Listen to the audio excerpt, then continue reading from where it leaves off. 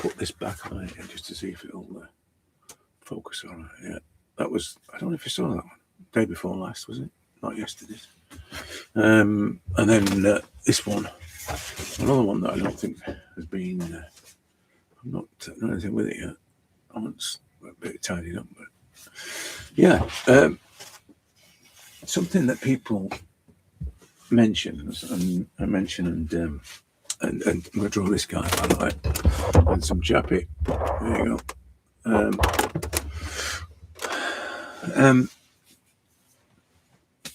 What's the one thing, that what's that one thing that you do? And that's really hard to say. There's just one thing, but there is one thing that if you like, is at the root of everything else. And I think that's the one thing is why you do it.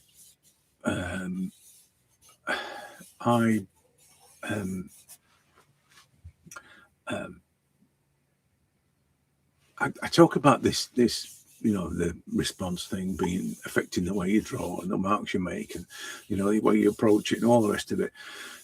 But at the root of that is this: why I do it, the reason I do it. And the problem I've got with my reason is that I just like doing it. And I don't know if that's justifiable, if you know what I mean. Because it just sounds so lame. I just like doing it, and it's very, I don't think, unless I, if I'm still working, I don't think I could be like that. I have to be, it has to be justified. It has to be because, but there is no because for me. I just like doing it. And the thing is that for most people, that is not enough. I mean, the reason to do it. I mean, I think there are a lot of people. I mean, I've been to these groups and whatever, and they just enjoy the process of being creative. And it's as much a social thing as it is a creative thing. So it feeds the creative soul, if you like, because it's we all know how the impact of being creative, how what the impact of being creative is. But I think for people who take themselves seriously, there has to be some legitimate reason for doing it. And a lot of people is to make a living out of it, But it's not. The thing is that once you decide on that one thing, the one thing is to make a living out of it. The one thing is to win exhibitions. The one thing is to, to enter competitions and all that sort of thing.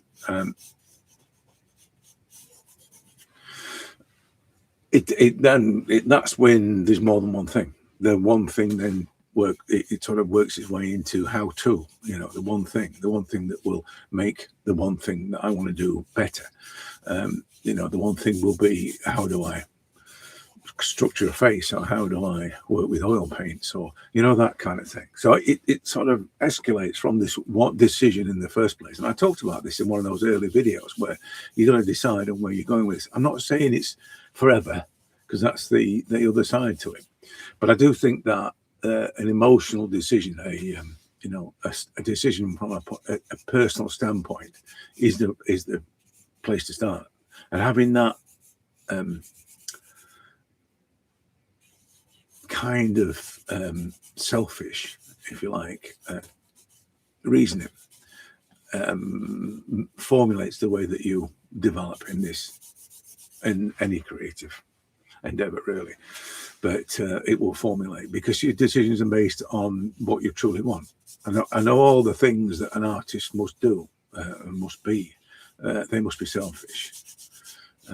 It can't be done because somebody else wants you to do it. You know what I mean? I've done that. I've done being a designer for 15 odd years and doing exactly what people wanted. And worst of all with that was doing it to meet a specific outcome. It's not as bad as doing it to meet the colour of the curtains, but it's as bad as it's pretty bad, because it has to generate profit or whatever.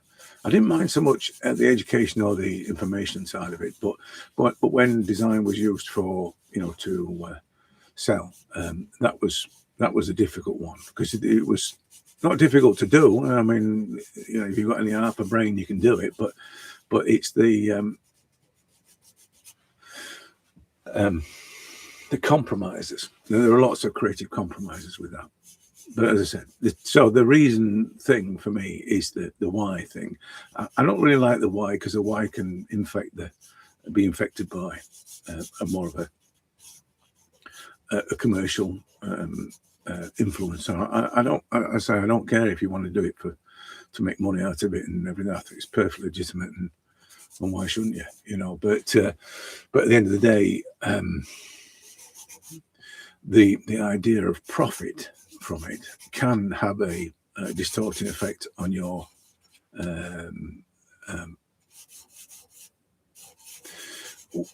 way of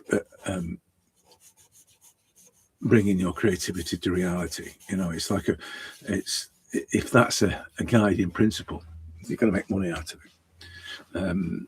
It's going to be skewed. It's a kind of a distorted prism, if you like, of requirements. That it starts from everything. You know, is that will this subject sell, kind of thing.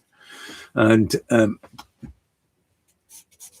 but that, as I said, that's the one thing for me. The one thing that you've got to really consider when you're doing this, because it will affect everything. If it is to produce something as good as so and so, if it is to be able to compete in an exhibition, and it's going to affect your growth. It's going to have an impact on your growth, not necessarily a negative one, because you're going to be achieving your reason.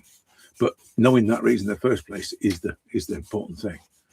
So why is it that you want to get the thing to look photographic? Why is it that you want to make it look like that? You know what I mean? Why is it you want to make it look like that? And then you'll go off searching for people who'll give you insights on how to do this, you know, this Lucifer style, or this, you know, a more realistic, more photographic blending sort of thing. And you go off and do that. But it's for me, because I don't have a reason other than I enjoy doing it. I can do that, right? And I can do that, and I can do something completely different. If I pull out another one off the shelves, you know, like the one you saw earlier, or if I wanted to do, I do it in, you know, I can do that. So my reasons aren't simplistic in a way. They're just because of the response thing. So, you know, whether or not the eye is described in a particular way or whatever, it's kind of irrelevant to the moment for me, because as I'm responding to it, that's what's determining how I treat it. Because that's if I was to say there was one thing that would improve your portraits, it would be make sure that you connect and respond. Don't draw what you think's there, or don't draw what you think you think you should draw it, because that's a mechanical trick that will make it look more like this. That's the wrong way to go about doing it, because you don't you know, it's not really about employing things that will give you an outcome.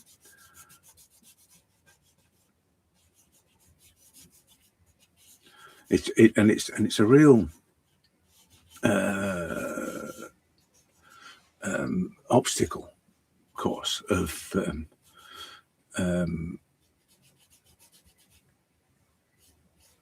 I don't know if it's misinformation, but it's not misinformation really. It's just people have found a way of doing something, and they want, you know, and it's a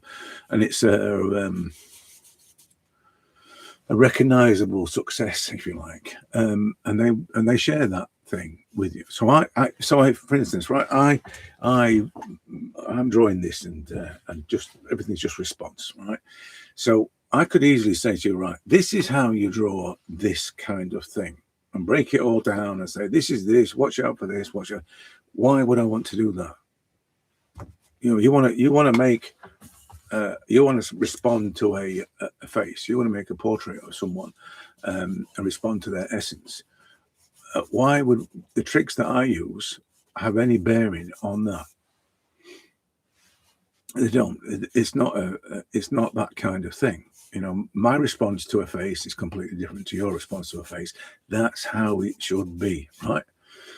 The technical aspects of doing those things are almost irrelevant, because if your intention is to connect and to respond and to capture an essence, that there is nothing that will stop in the way of that. And no technique or trick is going to allow that to be any more effective than if you purely connect to it and respond accordingly. And it's that bit, it's that one thing. You learn to do that, everything else falls into place.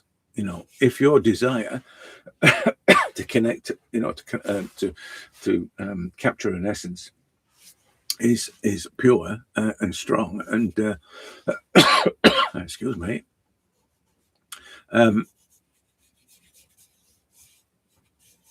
the necessary means will be there, if you know what I mean.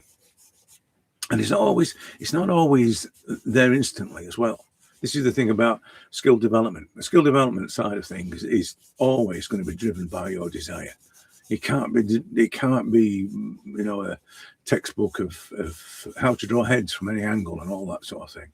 It can't be that kind of thing that determines your execution. You've got to really come at it from a point of view of desire and need. It's the thing. It's the 4-wheel drive thing. You're going to buy a car. You're not going to just buy it because it's everywhere else is buying off-road vehicles, 4-wheel drives, just because you've got to pick the kids up and you want to look good at the car park. You probably are, because there's a lot of people that do that, obviously. But let's just talk about us more sensible people, and you're going to acquire skills that meet your reasoning, your why. You're going to acquire skills that will help you to successfully do what you want to do, which is to capture the essence of somebody. Or it may well be that your why is to make pretty pictures, and that in a sense is just as viable and justifiable as wanting to capture the essence of someone. And I have no problem either way, whatever it is that you desire, kind of thing. But you'll find a way to make that happen. The danger is that you'll be swayed by other people. That this is how it should be done, kind of crowd, and that it doesn't. And then they don't even say it to you. They just award themselves with whatever qualifications or certificates and the winner is and the runner-up is and I took part, that's the main thing, and all that sort of nonsense. But that's the danger of it. Your why will be infected by someone else's expectation. I've said this before about other people's definitions of what are good and bad and what's hard and so on and so forth, and we've got to keep away from those. It is what you think it is. Art, I mean, I know people ridicule Tracy Emin for saying that something's art when I say it is, but she was dead right when she said that. Because she's not saying that it's art in your eyes, she's saying it's art in her eyes. I mean, the bed, for instance, the level of that, the understanding of art that was embedded within that was far beyond most people's comprehension. The idea of place attachment, which is what the work was all about, and how that resonates in a sort of creative, artistic way. It's the thing is, calling it art was the problem. It's much more than art. It's not. See, place attachment is something that people do when they create seaside scenes. So people take away a picture of the scene where they stayed for 2 weeks, in the summer in '66 and all that kind of, stick it on the wall. And every time they look at it, they remember that time. And that's place attachment. So she did a perfect example of what place attachment is with the bed. So you watch her recreate that bed. And every time she does it, she sits on the corner of the bed and she remembers the moment in her life when all that, what was happening, and the things that are relevant, and then recreates the bed. That is what it's all about. And in a way, it's not dissimilar to this. So my desire is to capture this guy's essence, right? And for it to feel like this guy, regardless of the execution. This is the other part of it, the how to draw eyes, how to get things in the right place kind of thing, and the how to handle shadows and all that sort of stuff. That's all irrelevant. It doesn't, if I need to make those shadows and need to make that feel a certain way in order to get across this particular character, then that happens. It's not like, it's like, oh, this is the way I draw, and I always draw like this, and this is what I'm going to do. It's a case of, I need for this face to have this, to feel a certain way, then this is how I execute it. But it's a consequence of my response and not an intention. So if it's not an intention, I don't need those prior skills, because I might not need them. I don't need to build up some skill bank that I'm going to draw on when I'm doing something. I mean, you have the basic skills, the stuff that you need to learn, and there's probably more than one. But at the fundamental level, it's a good observation, but or accurate observation, and but even then, that's not critical. It's still not critical, that sort of stuff. That's just for the guys that want to make copies of faces. For the rest of us who just want to capture a face, it's all about response. So the lines that you make are all about the response. It's got this rugged feel about it. So but you see, a lot of that is not intentional. A lot of the marks and the way that they develop are all connected to your response. The way you feel about something is what drives the way that you execute it. So, but that, as I said, that one thing, knowing your reason for doing this, impacts on everything. It's the thing that says, well, yeah, I do need to understand anatomy, because my reason is that I'm going to make, I like to make, and I want to make accurate replicas of faces. So I need to understand about anatomy. It's important because I need to get things anatomically correct and almost photographic like. But then there are other people that say that every line that I make is good. It needs to embody the life of this subject right from the very get-go. And when you're that kind of artist, you're not going to consider tracing or techniques or tricks to make things happen, because it's irrelevant. The techniques and the tricks that are only unless you're using them all the time, they're just useless. But as I said, the problem is we don't get to that point, and nobody's encouraged to say, "Well, hang on a minute, why are you doing this? Why? Let's just get back to, the idea of establishing a reason for doing it." And I can't say it's a destination, because I always think it's I used to see it in my drawings. Every portrait will end up in a different place, so it's never a definition thing. It's just that my response is the outcome, if you know what I mean. And my response is different every time. It depends on. You see, the thing as well is that I like the idea of creating, drawing, painting, whatever, being an emotional activity as much as a practical activity. So when it's a practical activity, that's all it ever is. When it's an emotional activity, there's so much more. And I think that's why people would get there. I was talking about the people doing going to these groups and whatever. They love going to these groups. It's an emotional thing for them. So and how it feeds their soul is really important. They probably don't know it, but we all know, when we enjoy something and we keep doing it. This is the other aspect of doing this. If you're doing it for the right reasons, and you love what you do, if you know what I mean. If you, regardless of whether or not it's a perfect portrait, it's a perfect face, it's, you know, it's just as good as so and so, regardless of all that crap.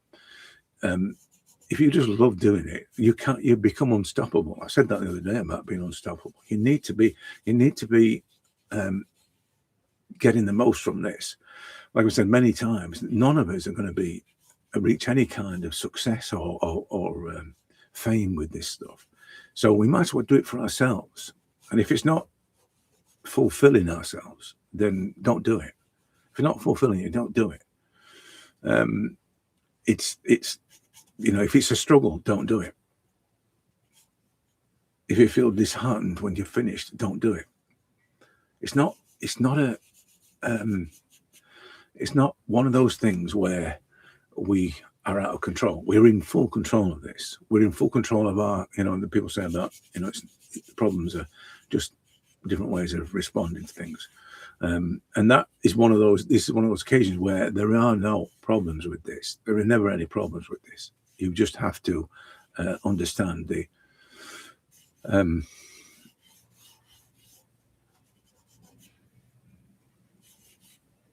it's for your benefit.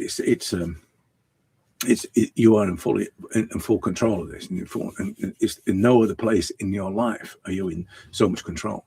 So don't give that control to somebody else to say that, oh, it's not good enough because it's not like so and so, or it's not as good as so and so, or you know, it doesn't meet the criteria. Don't let those others into your head in order to stop you from being as good as you can be. But even then, you know, as good as you can be is simply one of those kind of flippant statements, which is completely irrelevant. How good you are is irrelevant, because, you know, in what context are you making that decision? So, you know, it's not, you don't have to fall into that trap either. But I think that the driver of all these issues of you know, I want to understand about light and how it fits on, you know, how it's the face and how you change this and that. No, the drivers behind that are somebody else's decisions. You know, they decided that this is good and this is bad, and in some way they've told you that these things, doing it this way is good and this is bad. So you go off and looking for ways, and most often than not, it's the same people that are offering solutions who have identified a problem or helped you identify the problem in what you do, which is again one of those crazy things. It's like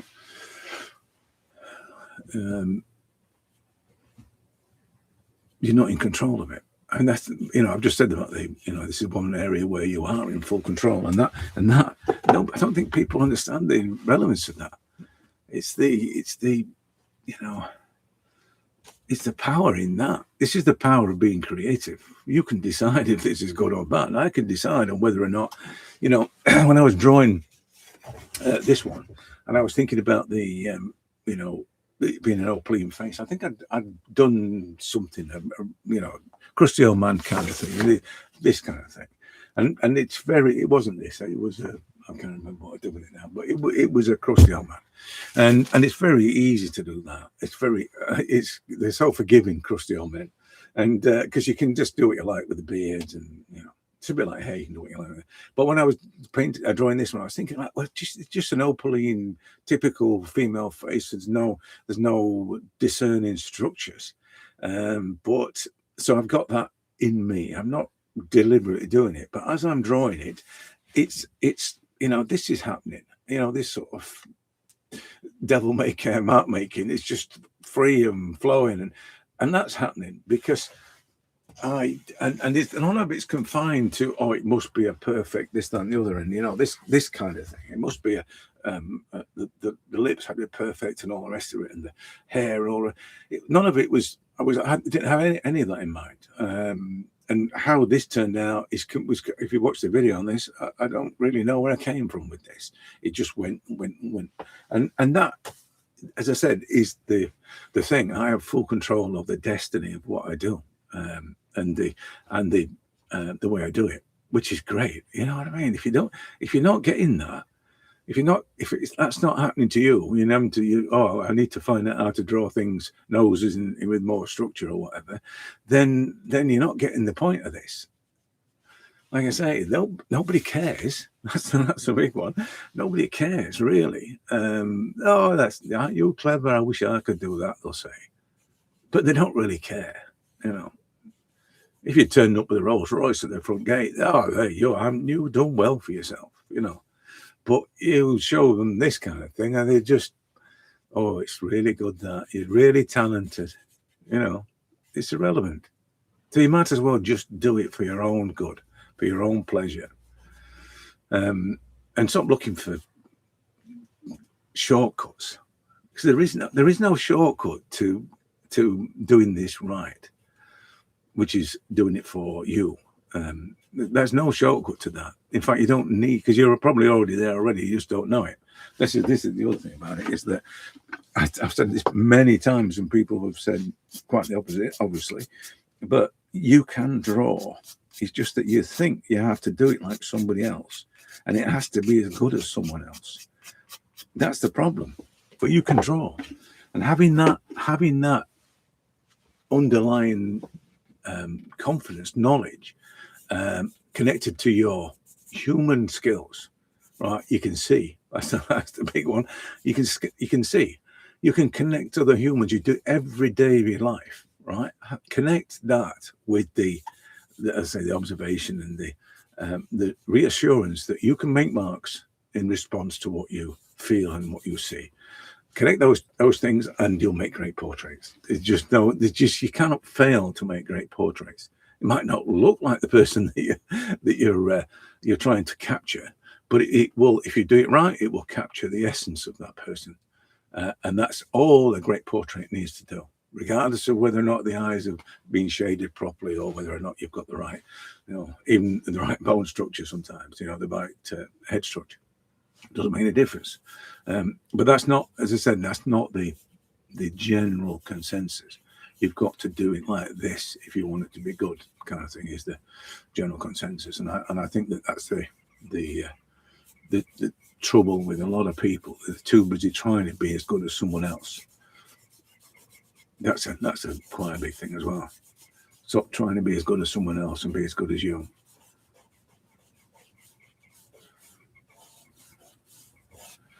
But that kind of acceptance, that kind of recognition and acceptance thing, I think of all the things that accelerated what I do, that's one of the main things.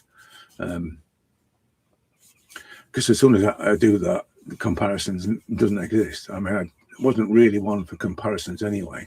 But when I first started doing it, and everybody does it, you know, you put a folder together of all the great charcoal artists as a measure, I suppose, as much as any possibilities, as much as anything else. You know, what people can do with charcoal, and then the phases I went through was looking at the, you know, likes of Oliver Sin and whatever, and Zinn Lim, and thinking how skillful they were.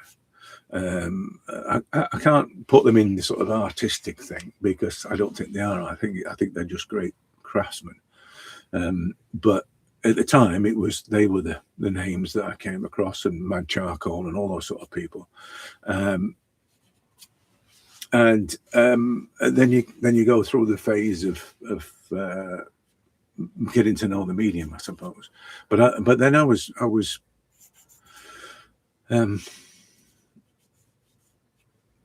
I became a little bit disillusioned by it all, because I'm not, you know, I'd got that bug before, that being as good as everybody else kind of bug, and that's what stopped me from painting and drawing for 30 years, because I'd got that. There was a kind of a curse. We all have that of, look how great they are, I want to draw like that, you know, and everything you do, you compare to that outcome. I'd got all that, and I felt that happening again with this, and I thought, no, I can't. So it was back then. The question was, why am I doing this? I just want to do it. You know, after the cancer, after the, you know, losing the job and all that, no work and things. I'm just going to do things that I enjoy doing for what's left of my life, you know. And I think that's probably deep down why I do it. I just want to do it for what's left in my life. If I can do this every day of my life for what's left, then that's fine. It hasn't been such a waste of time.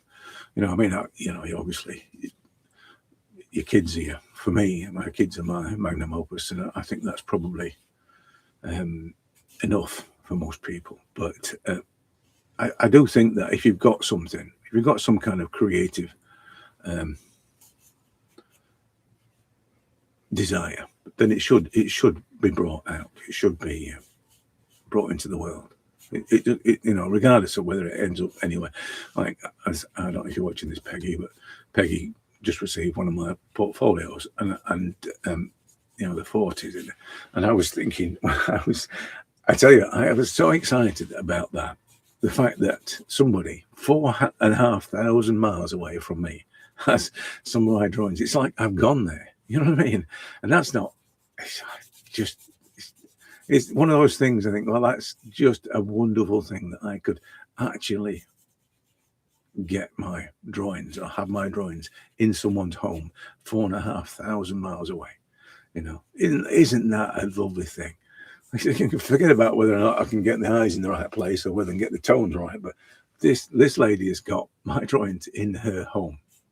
Right, that's just such a significant thing for me. I know it seems a little bit daft, but it does. It feels such a monumental thing to me.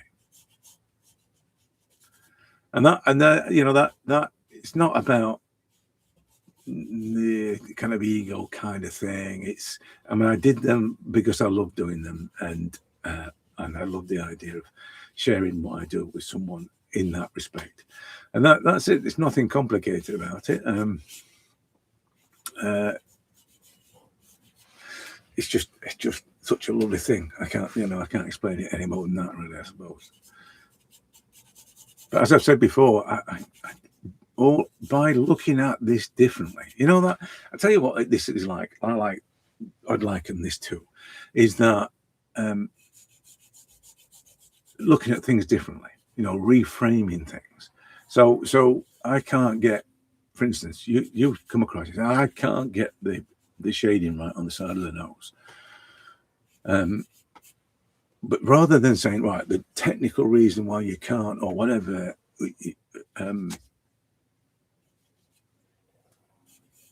diagnosis you try to come up with, the question is always going to be, well, why do you want to get that like that? And the same thing with the you know, sending the paintings halfway across the world. It's like to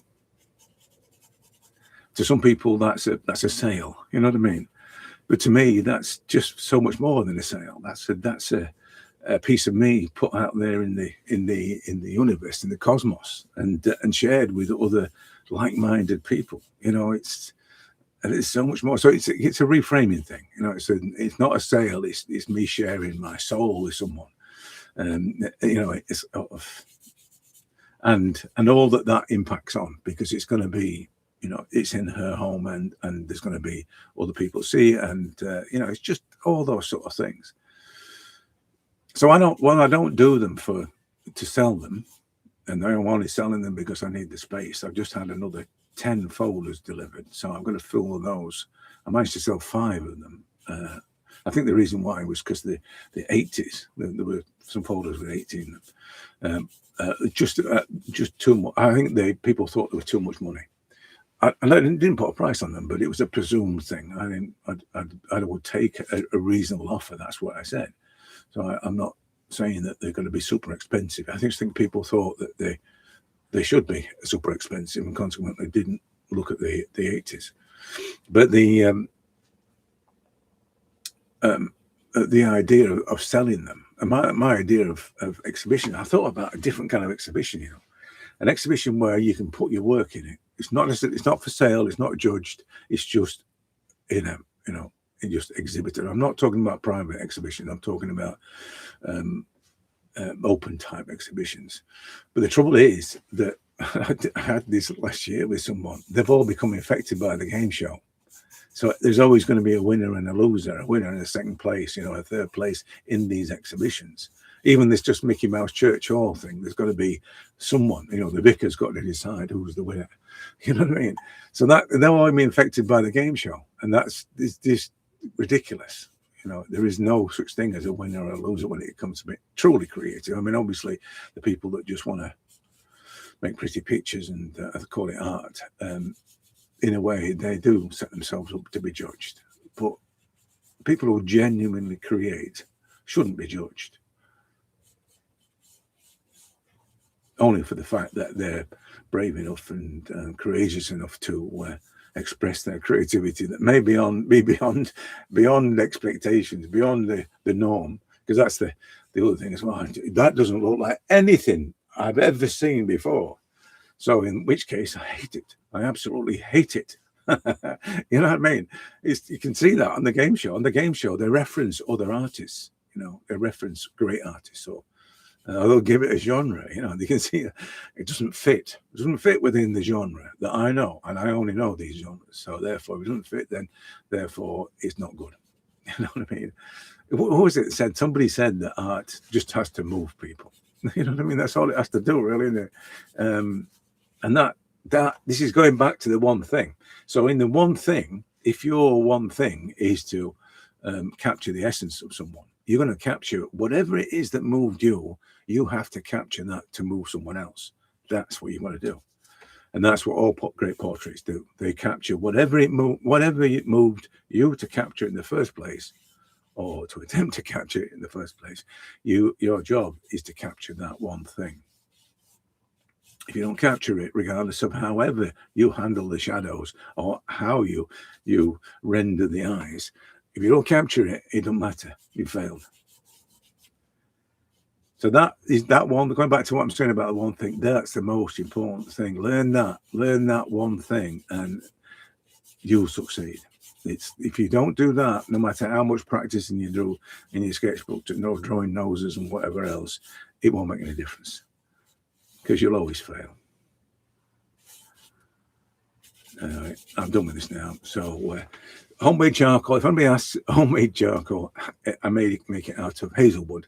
The difference between this and the shop bought stuff, which is what I got this because somebody asked me about drawing in shop bought charcoal. That was drawn with shop bought charcoal, so it's still quite capable. I think you probably I think you'd notice the difference if you were using the homemade stuff and then using the shop bought stuff, because of this is shop bought stuff, right? Same paper. You probably can't see the difference between this, but I can, right? It's line consistency. So lines, generally speaking, are the same thickness, right? And they're also density-wise, they're fairly even. So you get a certain kind of, that grayness thing.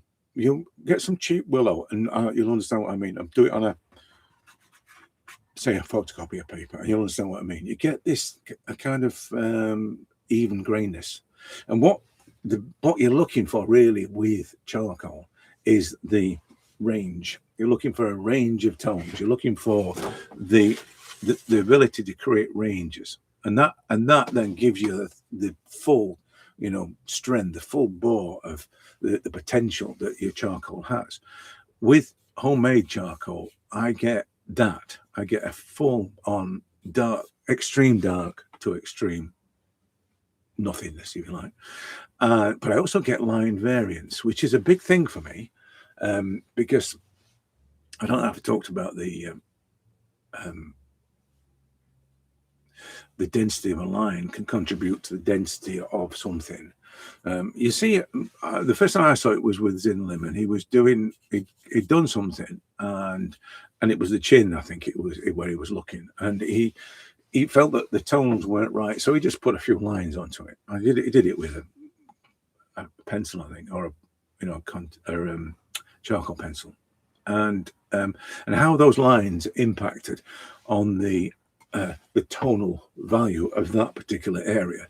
I just thought that was really smart. It really, because it didn't blend it or brush it out or smooth it or whatever. He just put a few lines, and he spaced the lines out according to his emotional response to it, his visual response to it.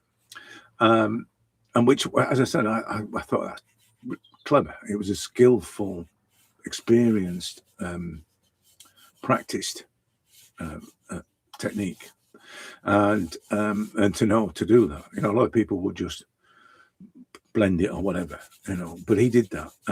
But then when I was doing it, and as you can see, it's happening now. I was using Hawthorne at the time, and Hawthorne a little bit like this, a little bit harder than this, and it behaves more like graphite than charcoal. But I still got the line variance. The line variance was when I drag a line and it would break up, or it would get thick and thin, and it was because of the inconsistency of the material. The wood itself was, the way it had been baked, or the way it had grown, or whatever. And I liked all that. And all of a sudden, when I was illustrating, I used to illustrate with a brush, draw with a brush, because I liked the way that the brush would collapse and suddenly you get a thick line. You see people do it deliberately now. They press hard and it gets thicker. But I used to just sketch with a brush, and you get this fantastic, where's that little book that I did? This one. Is it this one? It might be this one. Let me just show you in here. If it's in here. Yeah, you get this. This is, as I say, I did these. When did I do these last year? I can't remember. But I was drawing with a brush as opposed to drawing with a pencil. Is you get that thick and thin line thing. You know what I mean? You get that. It's not the same. But I'm anti-hatching, so I don't really like it when I get into hatching to try and describe something. So, but there's such a fantastic thick and thin. So when I'm drawing with charcoal, when that happens, I really like that thing. It gives it more vibrance. You know what I mean? And I think that's probably why I was attracted to the homemade charcoal, because it did that. It did that. I mean, that is just staggering for me. I know it's mine, but I'm just, if I was aiming for anything, that's where I'd end up. That's what I want to do with it. I don't want it to be a result of just skilled application. I want it to be much more. And at that point at which the charcoal hits the paper, or the brush hits the paper, the life has to enter right there, regardless of your mechanical understanding or your technique and tricks and tips and all the rest of the stuff that's out there. It's got to be embedded. Your emotional response has to be embedded within the marks. This is why when I talk about tracing and stuff, I'm 100%. If you want to trace it, do it. That's me. I don't really care. But there's no way that I could get life into a drawing by tracing it, because those marks, those first marks you make, are the ones that contain the purest of your responses. How can that be the case if you're tracing? It never can it? So one mark that is a direct response and embeds the life of your response is worth 1,000 fine lines that you've actually engineered because you've worked out a grid, or you've worked out a projection, or you've worked from a tracing or whatever.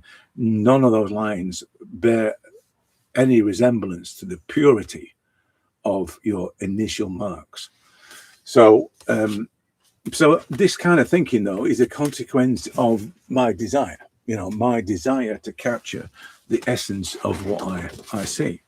So the charcoal, the inconsistency of the lines and the inconsistency of identity, all of that just magnifies that desire, that desire to capture the life, because it's not in itself, it's not a mechanical thing. It doesn't feel mechanical because the lines, as I said, with the shopbox stuff, tend to be predictable, smooth lines. And again, because I don't predict an outcome to it, I don't have a predictable outcome, or I don't try to expect or predict an outcome to it. I don't have that requirement for them it to be a, you know, every line to be a predictable line. I tell you what else is another thing as well. Let's back to this, because I cut the end of the, you've seen me do it with the shopbox stuff, but I cut irregular marks on it, irregular shapes on the end of the charcoal, which is a great way for me to get past the desire to draw it, because you can't. And there are times when I'm drawing it and I'm frustrated by the fact that when I make a mark in a particular place, it doesn't happen there. It happens there, or it happens not that far off, but it's certainly not in the place I intended it to be. But you get used to that. You get used to that, and almost like accept the fact that this is the charcoal telling you this is no, the line's not going to be there. Let me put it somewhere else for you, because it'd be better if it's here. You know, that's what's happening. And it's the same with the tonal side of things. That the charcoal is going to be saying, no, I can't do that. I can't make it that dark just there, but I'll make it dark here, or it won't be that dark at all. You know, and accepting those things is a good thing as well, because it's sometimes you know, the serendipity thing is a big part of the way that a portrait evolves. Serendipity, I suppose, is the fundamental to, you know, this unpredictable outcome thing. So that is a serendipitous outcome, because I didn't really intend for that. It was going that way, you know. But as I said, it's you've got to let it. You've got to let the thing happen, as opposed to trying to make it happen. Anyway, I've rambled enough, and I just wanted to get the one thing off my chest. I think that's the one thing that's the most important thing, and I think most people are missing it. They're missing that important thing. You know, the important thing that you do it for the right reasons, basically. Like anything in life, really, you should do it for the right reasons. But yeah. So that's it. I turned out all right. Things that need to be fiddled with. I've got to be careful when I get to this stage, because I can just chase it away, you know. And so I'm gonna try not to chase it away. Going to be a floating head by the looks of it. It doesn't require a background on that. There's a slight tonal imbalance here. You can see, going back to practical stuff, you can see the tonal imbalance between there and there. Oh, it's not that bad. It's not that far out. This is the charcoal not doing his toe bit. You can see how he was doing it then, and you just got to you've got to work with it. I'm afraid that's the thing. But I do that rather than you know, try to use something that's more predictable. Anyway, right, I'm off. I'll catch you later. I'm going to be on later as well, so I'll catch you later.